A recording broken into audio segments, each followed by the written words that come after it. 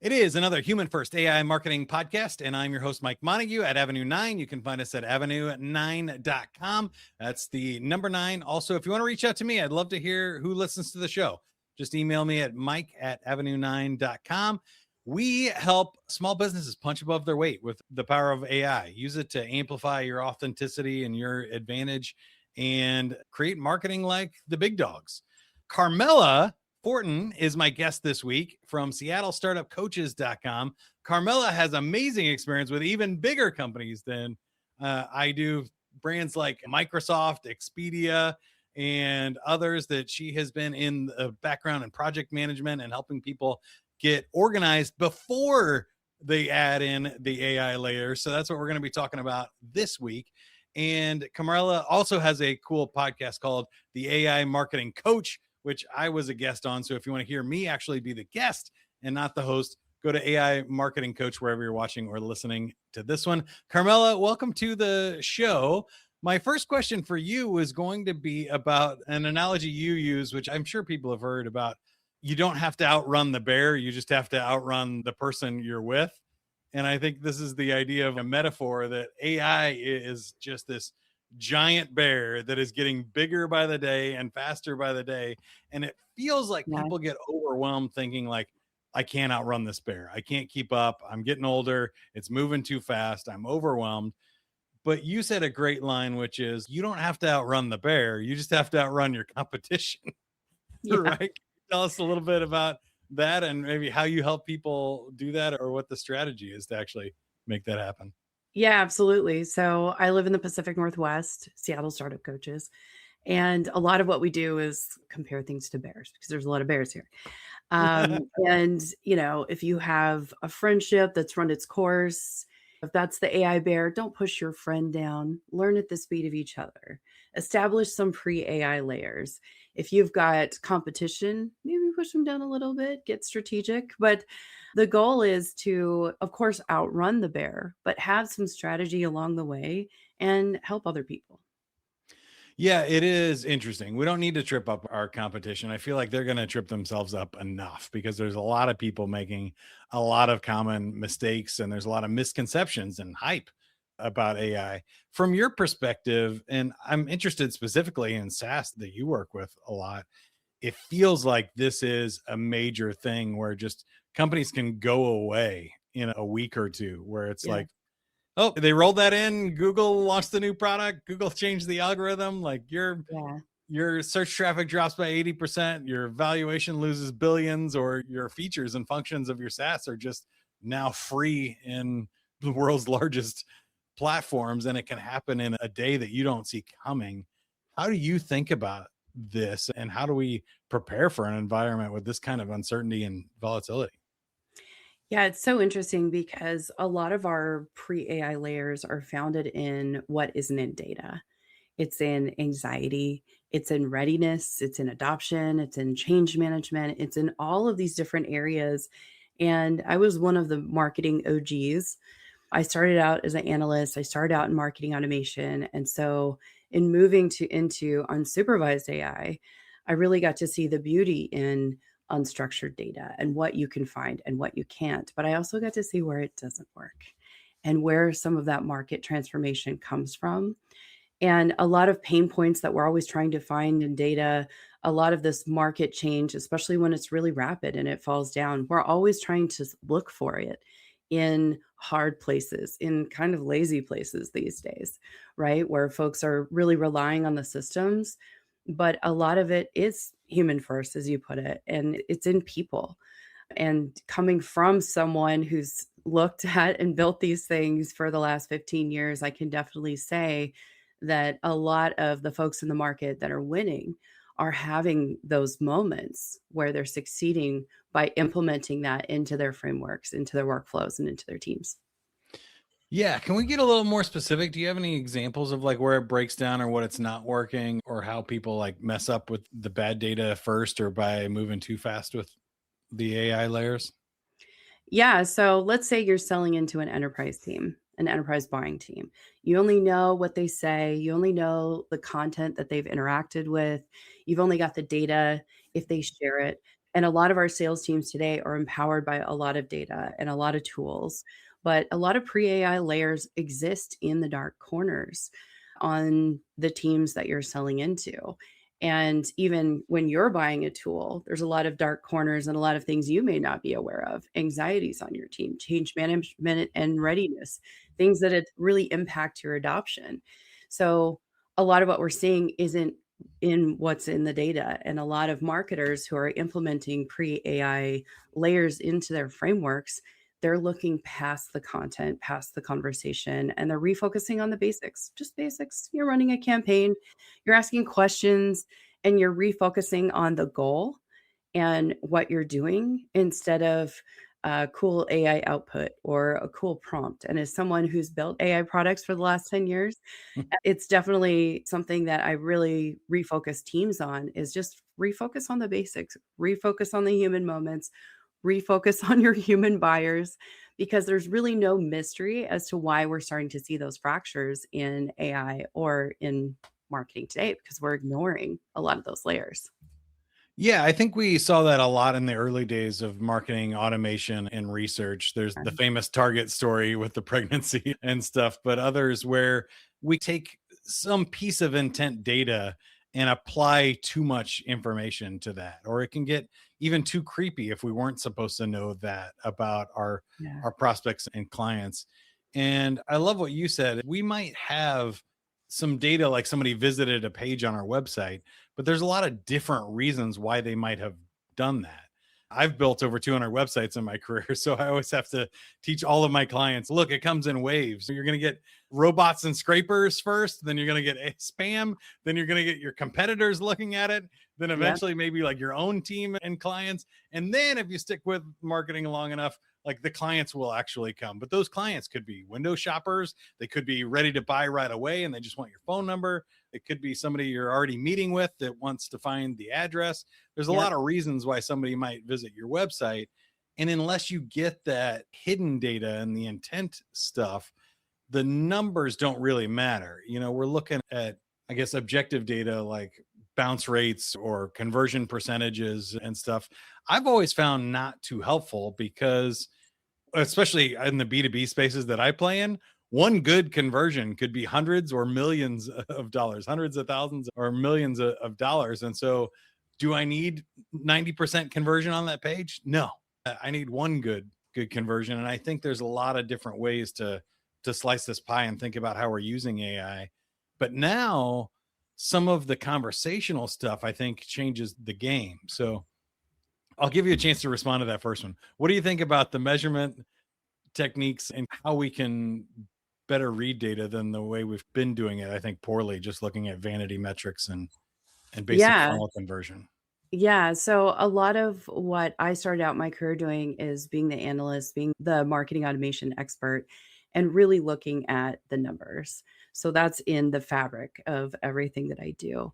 But I'm also seeing a lot of founders not have conversations and not ask questions and have human moments and strategy before any of those campaigns begin.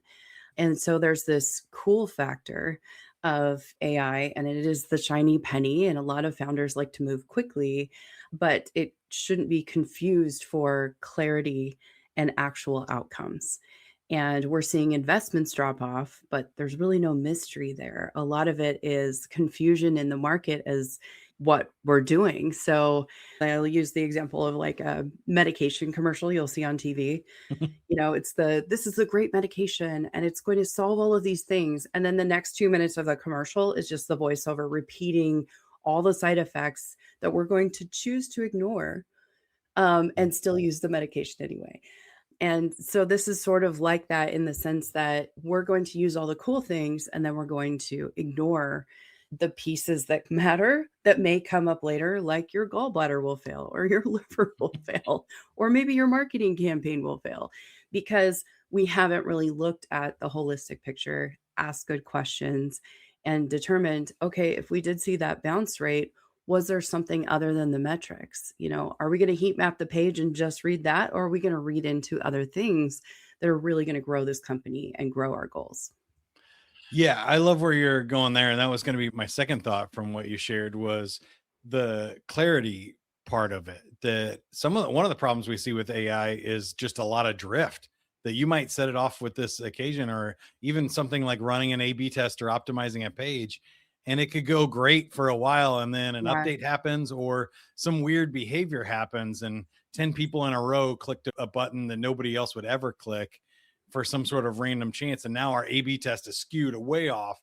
We've got this ugly page that's all thing that no, or they might have even been AI like agents and bots doing the visiting. And so a lot. now the Yeah. page isn't optimized for humans, it's optimized for robots and scrapers. And we have a different problem. So I see that a lot. And I think the clarity and the oversight and knowing where you want to go is something that you can't automate with AI, and it will cause a lot of problems if you try and do that.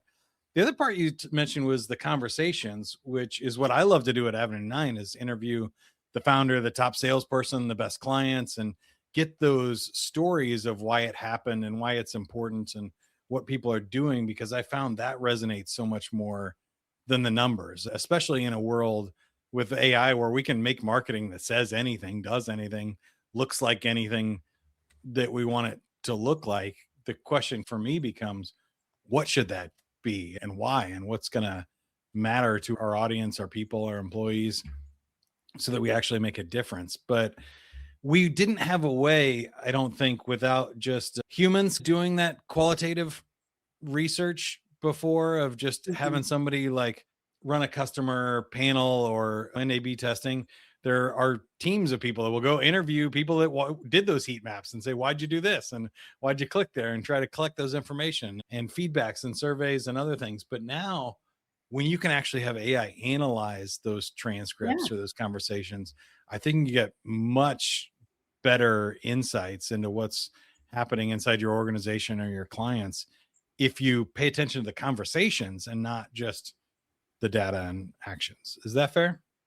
I think that's fair, and there's a lot of tools out there that also start to analyze what isn't said, or maybe after a conversation if someone ghosts you, and those are really great moments to listen into as well. But as marketers with our teams and also or small teams or the teams that we're selling into, there's this misperception that fast research and fast everything can buy alignment, but you can't buy alignment with your buyer, with your teams. You really have to build it. Yeah, I think that's great. Are there any other kind of common mistakes, misconceptions that you see people making in the market right now with AI? Yeah, I think it's especially when it comes to marketing and sales, the speed at which everything is changing. We've kind of become immune to shrinking teams. We've become immune to layoffs. We've become immune to bad marketing, to sameness in marketing. And I think we have an opportunity to establish some new frameworks. So, asking different sales questions, asking different marketing questions. And as founders and business owners, as you're building your company, asking different questions of your customers as well.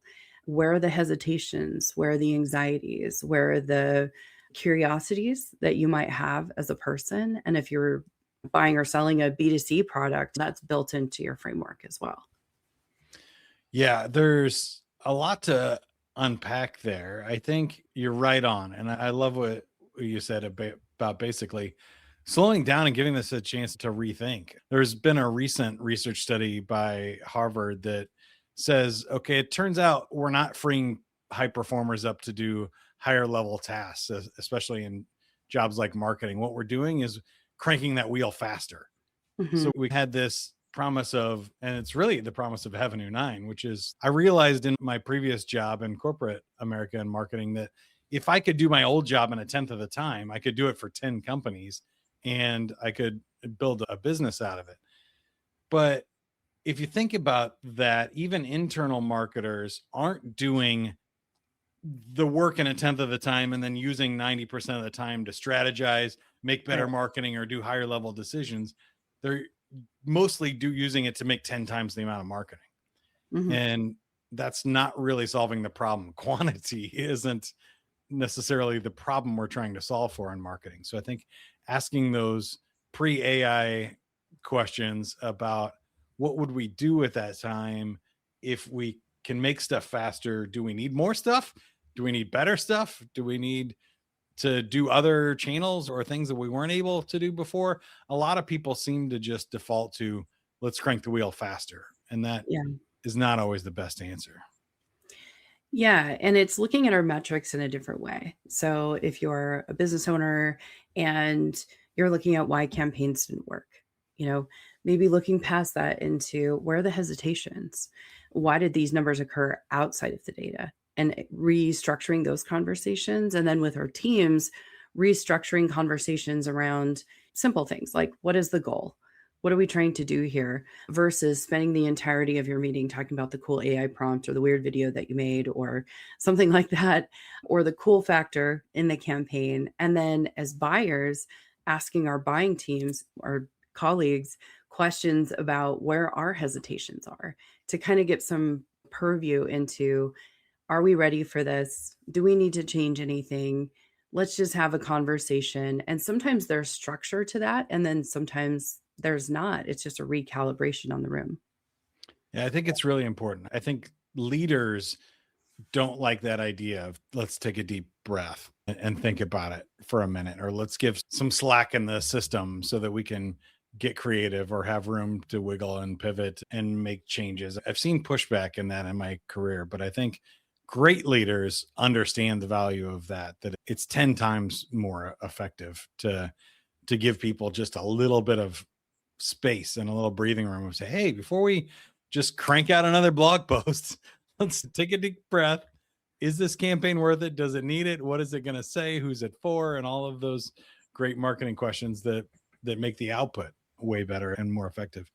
I wanted to switch gears a little bit though and talk to you more about SaaS, because I know you've worked in this Mhm. space so much more than I have. And I feel like I mentioned earlier, this is a game-changing year for SaaS. The recent Yeah. updates with Claude Code and Codex for OpenAI have just, in all reports, fixed a lot of the errors and bugs that were happening with AI programming and really opened up the door that some people now can build things faster and cheaper than they could buy them before. Yeah. I'll use Salesforce as the example because I'm a HubSpot house. But it was Salesforce, the amount of customization you have to do for enterprise organizations or anybody mid-market and above, you're spending hundreds of thousands of dollars just to make Salesforce work for you. And now with a few people and $100,000, you could rebuild Salesforce with Claude Code and have your own version. It seems like I wouldn't want to spend those subscription fees and that time and effort to make an old thing work when I can build it myself. And I know you have a little bit of experience even with your own website using Lovable and other Yeah. stuff to just make things if you're especially a startup or somebody. Can you talk about that? Because I think for SaaS, it's one of the weird double-sided coins. So I'm going to get to an eventual. This is the longest question I've ever asked on the podcast. It's Congratulations, okay. Carmel. I'm going to narrow it down for you Yeah. here. The actual question is, in SaaS, it feels like it's a double-sided sword here, because not only can you make a SaaS product and start up faster than ever, you can also be replaced, or your clients can make the SaaS product better or faster than ever. How have you seen companies dealing with that? I've seen a lot of companies that have started to just design for what they need instead of buy something new. And it's because they're listening to, like I mentioned, their own personal alignment. Do we really need to buy this tool? Or could we just, I don't know, design this with some things that are new out there, right? So you mentioned Salesforce. I've been in a Salesforce administrator since 2004, which is forever. And if I had the opportunity to build something versus navigate some of the several year-long projects that I was in, 100%. I would do that, 100%. But I think also with selling teams, I work on the back end of teams saying, well, why aren't people buying our product? Well, there's no mystery, folks. A lot of it is they're asking themselves questions. So, what questions are you asking of your company to buy or to sell in a different way, to market in a different way, and to get to buyers that aren't what you think it is, or maybe what you put into Chat GPT, and take some moments on your strategy that aren't pumped out, and you're actually reflecting on that and working with experts. Because you really could just build a lot of tools yourself. And I've even locally with small business owners, they have a need, and I'm like, oh, yeah, don't pay for a subscription for that. Let's spend something up Yeah. because you can, and it's customized to their needs. So is that a bad thing that people are listening to their needs first rather than what they're being prescribed? I Yeah. think there's going to be some interesting business model changes for SaaS companies that like the big subscriptions are not happening anymore. $1,000 a user, a seat is just ancient now. But there are also, I think, what I'm seeing is opportunities in that customization. Mhm. If you can say, okay, well, before we needed this partner network or something to do all the customization, now maybe we can do that in house. If we can handle 10 or 100 times more customizations, maybe HubSpot or Salesforce are the ones that build the customized versions of them rather than having their customers do it themselves. And there's still areas of expertise and things that they would know, or frameworks and APIs that are tougher for individuals to do. In the short term, I think that makes a ton of sense. In the long term, it seems like these tools are going to get good enough that they'll just be natural language and you won't even need to know the coding and the APIs to make it work. Yeah, that's true. And the first time I heard about Lovable, I was in a very small room of senior citizens at the Nordic Museum here in Seattle, and there was an innovation conference. And I think in the room I was in, everyone was over 80 years old. And they were talking about it, and I thought, "Oh, I've actually never heard of that." And this was quite a while ago. Yeah. And they were telling me how they use it, and I thought, I gotta check this out." And then I did, and I thought, "Okay, if they can use it, I can use it." And even locally, I there's a lady that makes cookies. She has a cookie company, and she's in her 60s, and she actually uses AI better than any AI founder I've ever met. So, there's a lot of fluidity in the market, and I think folks should listen to that. That's really interesting. And I was going to ask you one more kind of question about that as far as marketing goes, because you mentioned the sales motions and stuff. And I Yeah. feel like the buyer journeys are changing a lot, but I'm not entirely sure how. It seems like the conversations after you get in touch with a salesperson are not changing Yeah. significantly, but the lead up to that feels very like blind to me at the moment. What are you saying? Yeah, it's so interesting because right now SaaS is built on selling into stated pain, documented need, measurable ROI, the content that people interact with, budget, authority. And if there's anyone listening out there that just groaned because they thought I would say BANT, I did. And I see you. And I think that AI has disrupted all of these things because the buyer themselves may not know their pre AI gaps. They may not know hesitations in their company, and I think sellers have an opportunity to diagnose that pre AI layer before they're pitching a product. And I think the Mm. marketing team has an opportunity to see that as well. There might be some AEs out there, most of you, I know you, that might be saying, "Ew, I'm not going to diagnose what some hesitations might be. I don't want to touch that." But there's a lot of human first questions that can impact your next QBR, like asking about intent clarity or intent boundaries or employee sentiment, verification, compliance, fear, maybe bias on the leadership team. And some AEs may feel hesitation when they're asking those questions. But a lot of AEs I've worked with, especially on AI SaaS products where your average deal size is $250,000, most of the time it could be $1 to $2 million. They're not going to hesitate and ask some of those difficult questions because they know that it's going to increase trust higher up in the funnel. They're going to know if the compliance team is forbidding something, or maybe the ops team is burnt out and they're never going to use the tool and it's going to turn really quickly. Asking questions like, what part of this workflow is emotionally charged for your team? That might feel like a really hard Mm. question to ask. Or where do you expect AI to lighten the load? And maybe where might it increase it or accidentally increase it? And that whole motion of, is this easier? Is this harder? Asking those questions can be easy as well. Or what human judgment do you intend to preserve? Or what makes you nervous about this tool? So those kind of easygoing on the fly questions that marketers are always too nervous to ask, but really great sales folks are going to uncover a lot of those unmeasurable places that are going to land deals. I really love where you went with that because I've been seeing my own behavior change with AI chatbots compared to Google searches in Yeah. exactly that fashion. Where in Google, you wouldn't type, I'm worried about switching to a new SaaS provider. What would Yeah. help me solve the problem? Yeah. But in AI, you can do that, right? Yeah. So something that used to be a Google search where you'd go new SaaS product and look at the top 10 rankings and go, do any of these make me feel better than the one I'm currently using? And you were doing that processing internally. Now you can do it externally with AI. And so I found myself even in vacation research or planning saying, hey, we're going here. What would be the most fun? Or I want to be more active, or we're planning a trip to the Pacific Northwest and going to Oh, go to Seattle for the first time. hey. And I Googled in the redwood forest, are there bears? And do I need to be worried about this? I've Yes. never been anywhere close. And it's like black bears, but you don't need to worry about it, No, they're was like the answer. dogs.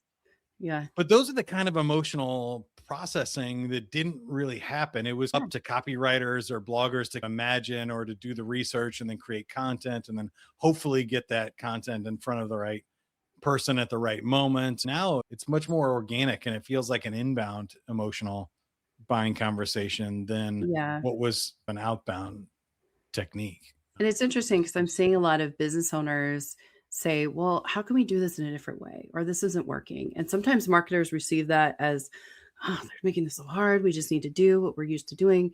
But I'm also popping in on a lot of marketing projects where I'm seeing the standard SEO motion, which is fine. I'm seeing some folks go a little bit nerd out too hard on the AEO. But where there's a really great opportunity is to say, okay, what if I still took those keywords?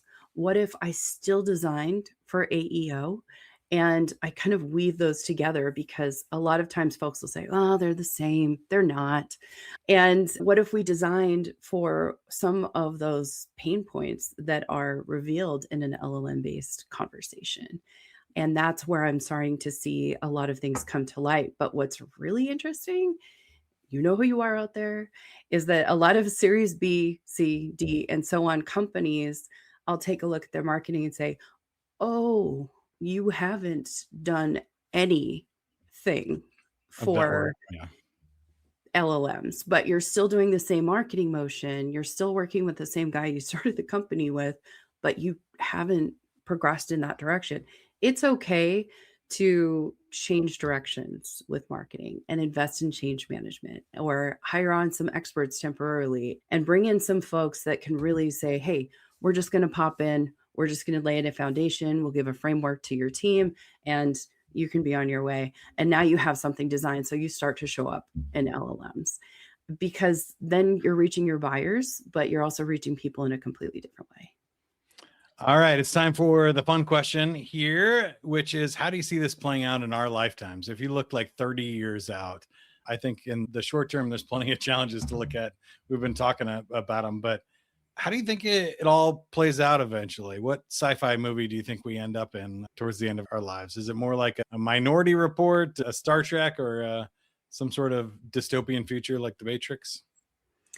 I think right now we all feel like we're in the Back to the Future movie where it's sort of like Biff's Yeah, hotel or whatever that is. But I think 30 years into the future,